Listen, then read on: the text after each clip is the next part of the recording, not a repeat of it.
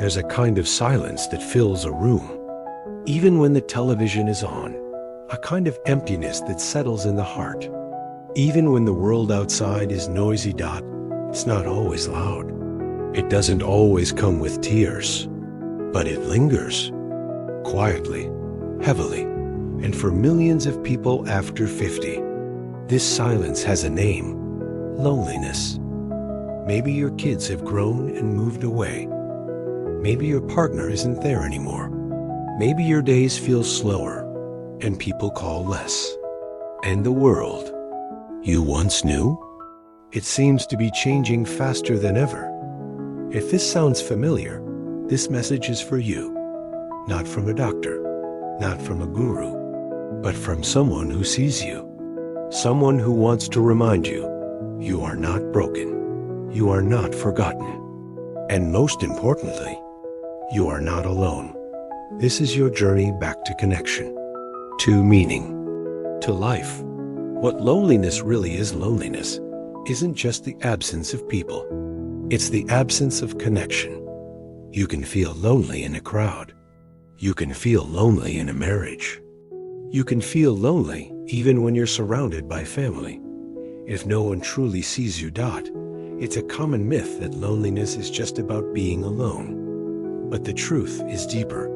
It's about missing belonging, missing purpose, missing the feeling that you're truly needed. For many people in their 50s, 60s, 70s, and beyond, that feeling gets harder to find. Retirement shifts your identity. Losing friends or a spouse leaves quiet spaces in your life. Health changes. Limit your movement. Technology moves fast and leaves you behind. Suddenly, the world feels quieter. And your voice? It feels like it doesn't matter anymore. But I'm here to tell you, it does. Your voice matters. Your presence matters. Your story isn't over. In fact, it might just be beginning. The science of loneliness.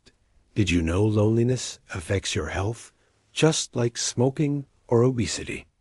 Researchers at Harvard, the CDC, and other global institutions agree. Long-term loneliness increases the risk of heart disease, stroke, dementia, depression, and even early death. Your brain sees isolation as a threat. It goes into stress mode. Your immune system weakens. Inflammation rises. Sleep quality drops. Energy declines. And over time, we begin to wither. But here's the good news. Just as loneliness can hurt you, connection can heal you. Your brain is wired for connection. Your body craves it. Your spirit thrives on it. You are never meant to go through life alone. And you don't have to. Starts with a choice. So, how do you begin? First, let's be clear. Overcoming loneliness doesn't start with someone knocking on your door. It doesn't begin by waiting for someone else to check in. It starts with you, with a decision, a whisper inside that says, I still want more from life. That's it. From there, everything grows. Take one small step. Call an old friend. Accept an invitation. Join a walking group. Visit a local community center. Say hello to someone you pass regularly. Small gestures, repeated over time, turn into powerful connections. You don't have to fake joy. You don't have to pretend to be someone you're not. You just have to be real, be open, and show up. Finding purpose after 60. There's something that keeps a fire burning inside us. Something that gives us a reason to get out of bed, to breathe deeper, to feel excited again. That something is purpose. One of the greatest lies about aging is this, that your value fades as you get older. That once the job is done, the kids are grown, the house is quiet, you're no longer needed. That is false. Completely false. You are still here, which means your life still holds purpose. It might look different now. It might be quieter, but it's real. You have stories to share. You have wisdom people are desperate to hear. You have time, precious, irreplaceable time, to offer those around you. Purpose doesn't have to be grand. It might be helping a neighbor one saw, weak, volunteering at the food pantry, teaching someone how to cook, writing letters to your grandkids, planting a tree, feeding the birds. When you live with purpose, loneliness has less space to take root. Building real connections. Even if you're shy, let's face it, making friends after 60 can be awkward. You're not in school. You don't go to parties. You've lost some people. Others are busy, but that doesn't mean it's too late.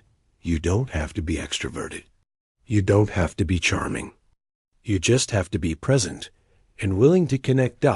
Here are a few places to start. Join something. A senior center, book club, faith group, or fitness class. Be consistent. Go to the same place each week. Familiarity builds trust. Speak up.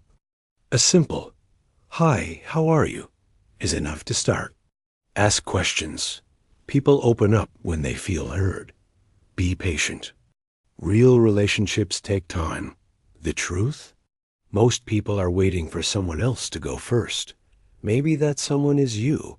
Nature. Faith and gratitude. Sometimes the best antidote to loneliness isn't more people. It's deeper presence. Nature doesn't care how old you are. It welcomes you. Go outside. Walk slowly. Watch the leaves. Listen to the birds. Feel the sun on your skin. Touch a tree. Sit in the grass. Let the natural world remind you that you still belong here. Gratitude is another powerful tool. Start every day by naming 3 things you're thankful for. They don't have to be big. A warm meal, a good night's sleep. Phone call, a blooming flower. The more you notice, the more you appreciate. And slowly, joy returns. And then there's faith. Whatever your beliefs, spiritual, religious, or simply reflective, take time to be still. Pray, meditate, read scripture, light a candle. Sit quietly. There's strength in surrender. Peace in knowing that even when people disappoint, something bigger holds you. Stories of transformation. Let me tell you about Martha. Age 72. She lost her husband and spent 2 years grieving alone. Then she saw a flyer at the library, knit for the homeless. She joined. At first, she barely spoke. But by month 2, she was smiling. By month 3, she was leading a table. She said, "I didn't just find people. I found myself again." Or James, 68, divorced, kids gone. Quiet house. He started walking daily. One day, a young boy waved at him. A week later, a mom said hi. A month later, he joined a gardening club. Now, he's the one waving first. Loneliness is real, but so is connection. And it's always just one brave step away. When you need help, and that's okay, sometimes loneliness becomes something deeper. Sadness that doesn't leave. Thoughts that spiral. A weight that feels too heavy. If that's where you are, please hear this. You are not weak. You are human. There is no shame in asking for help. Call a counselor. Talk to your doctor. Join a support group. Use senior resources. Ask someone to sit with you. You go to a dentist for your teeth, a surgeon for your knee. Why not see someone? For your heart, you're allowed to get help. You're allowed to be supported. And you deserve it. A new chapter begins if you've listened all the way here. Something inside you is still reaching, still hoping, still alive. Maybe you've been quiet for a long time. Maybe you felt invisible. Maybe the silence has been louder than you can bear. But this isn't the end. This is the beginning. You still matter. You still belong. And the world is better with you in it. Take the first step, even if it's small, even if it's scary, even if you don't know where it will lead, because that one step, it just might save your life. Final words, thank you for spending this time with me. If this message touched your heart, please share it. You never know who might need to hear that they're not alone today.